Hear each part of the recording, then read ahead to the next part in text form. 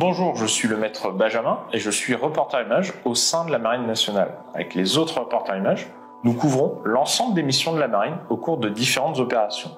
C'est un métier passionnant rempli d'opportunités uniques à l'image de la mission que j'ai eu la chance de pouvoir documenter cette année, la mission de soutien logistique du patrouilleur polaire P800, l'Astrolabe.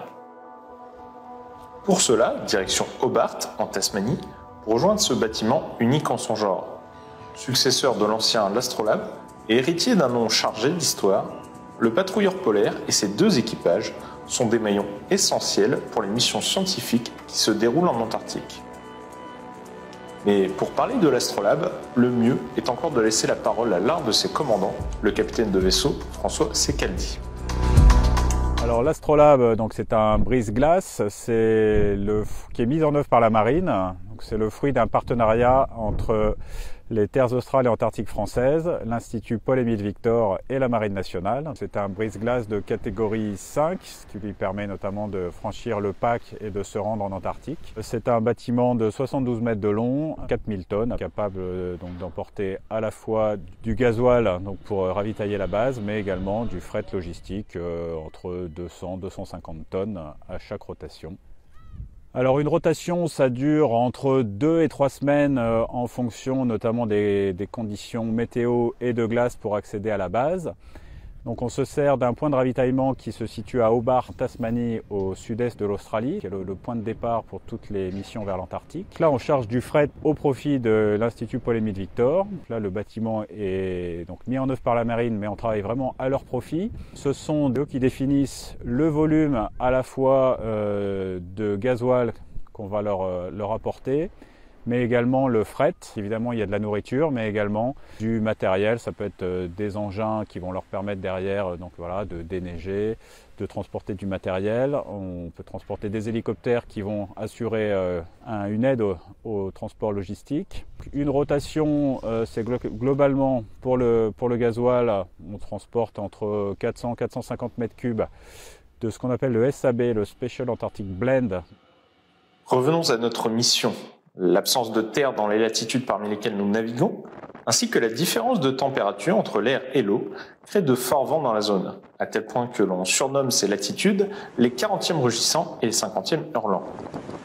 Heureusement pour nous, les conditions météorologiques sont clémentes, ce qui permet à l'équipage de pouvoir s'entraîner en effectuant notamment quelques exercices sécurité. C'est par là, j'en ai ouvert une et fermé derrière moi. Tu l'as refermé.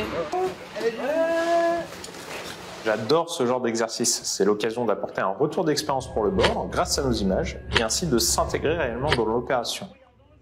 L'entraînement est de courte durée car nous sommes rapidement confrontés à la particularité majeure de la zone. La grande particularité c'est la banquise, savoir naviguer dans ce qu'on appelle le pack. C'est la bande d'eau glacée dans laquelle on se faufile et donc pour ça on a besoin d'étudier des images satellites, savoir où se positionner. Donc c'est une corrélation entre la météo et les images pour savoir comment on va se faufiler au milieu de la banquise et des icebergs. Mais la complexité de la navigation est récompensée par la beauté du paysage et la singularité du panorama qui s'offre à nous, notamment depuis le nid de Pie.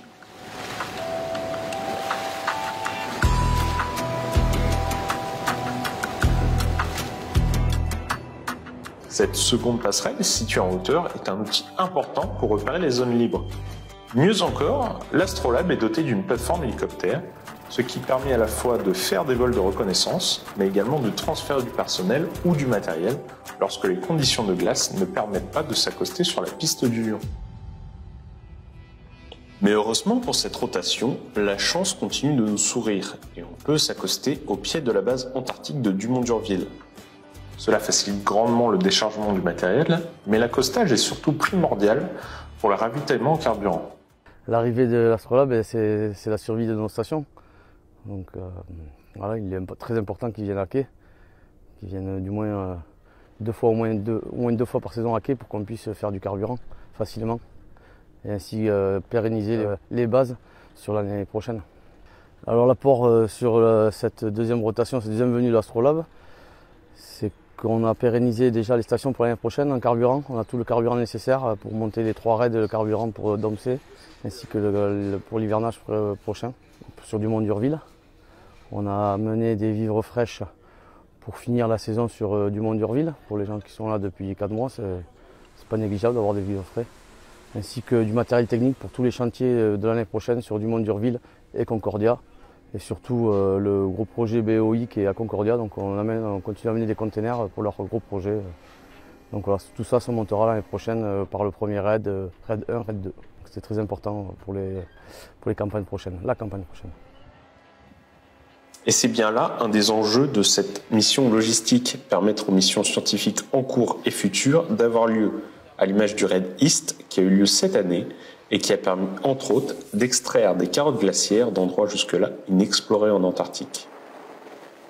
Ces échantillons, d'une valeur scientifique inestimable, ont ensuite été transférés depuis la base de Prud'homme, située à 5 km de Dumont-d'Urville, vers l'Astrolabe par hélicoptère. Ces carottes sont ensuite stockées dans des frigos à moins 50 degrés Celsius, le temps du retour jusqu'à Hobart, qui se prépare déjà. En effet, l'une des contraintes majeures de cette mission logistique pour l'Astrolabe, c'est le temps. La saison est courte, chaque rotation est d'un intérêt crucial et la période de navigation est incompressible. Les cycles s'enchaînent donc pour les marins, qui en plus de leur métier doivent cumuler de nombreux rôles à bord. Alors du coup j'ai plusieurs rôles, ma spécialité principale c'est navigateur timonier, après je suis plongeur de bord, vague maître, je m'occupe de la météo et après comme un tout petit bateau on est très polyvalent, on aide un petit peu tout le monde. Une polyvalence que l'on retrouve chez tous les membres d'équipage, notamment au sein du binôme médecin-infirmier. Et si la présence à bord d'un médecin pour un si petit effectif peut paraître surprenante au premier abord, elle se justifie par l'isolement sanitaire extrême de la région d'une part, mais également par l'accueil de passagers à bord, jusqu'à 42 passagers en saison. Effectivement, lors du retour, le bateau s'est vite rempli de nouvelles têtes. Nous sommes sur la fin de la saison et de nombreuses personnes quittent l'Antarctique. Dumont-d'Urville passe ainsi d'une centaine de personnes en été à une trentaine d'hivernants. Le patrouilleur polaire se transforme alors partiellement en navire à passagers, rôle inédit pour les marins. Au programme, entretien des postes, briefing sécurité et visite du navire. Mais l'activité ne faiblit pas pour autant pour les marins, ils continuent leur entraînement. À l'image de cet exercice homme à la mer, qui tient également lieu de distraction pour les hôtes. Au final, le transit retour passe assez vite, et plus particulièrement pour les passagers peu amarinés, endormis par les flots. Pour les autres, conférences, jeux de société et séries se chargent de faire passer le temps. Je croise également quelques courageux en soute lors de leur séance de sport. C'est avec l'arrivée à Hobart que s'achève donc mon périple, mais pour l'équipage de l'Astrolabe, c'est déjà le début d'un nouveau cycle. Le rythme est soutenu, mais la saison est courte, et chaque rotation revêt une importance cruciale. Un peu attristé, mais surtout rempli de fierté que je vois la coque rouge si emblématique rejoindre à nouveau les terres australes. La fierté d'avoir participé, moi aussi, à ma manière, à une mission capitale pour les scientifiques qui travaillent dans un cadre unique. Mais c'est surtout la fierté d'avoir partagé le quotidien des marins de l'Astrolabe qui, comme tout marin, vivent à fond un métier unique, fait d'opportunités incroyables et rempli de moments exceptionnels. Qui ne voudrait pas de cette vue au bureau le lundi matin ?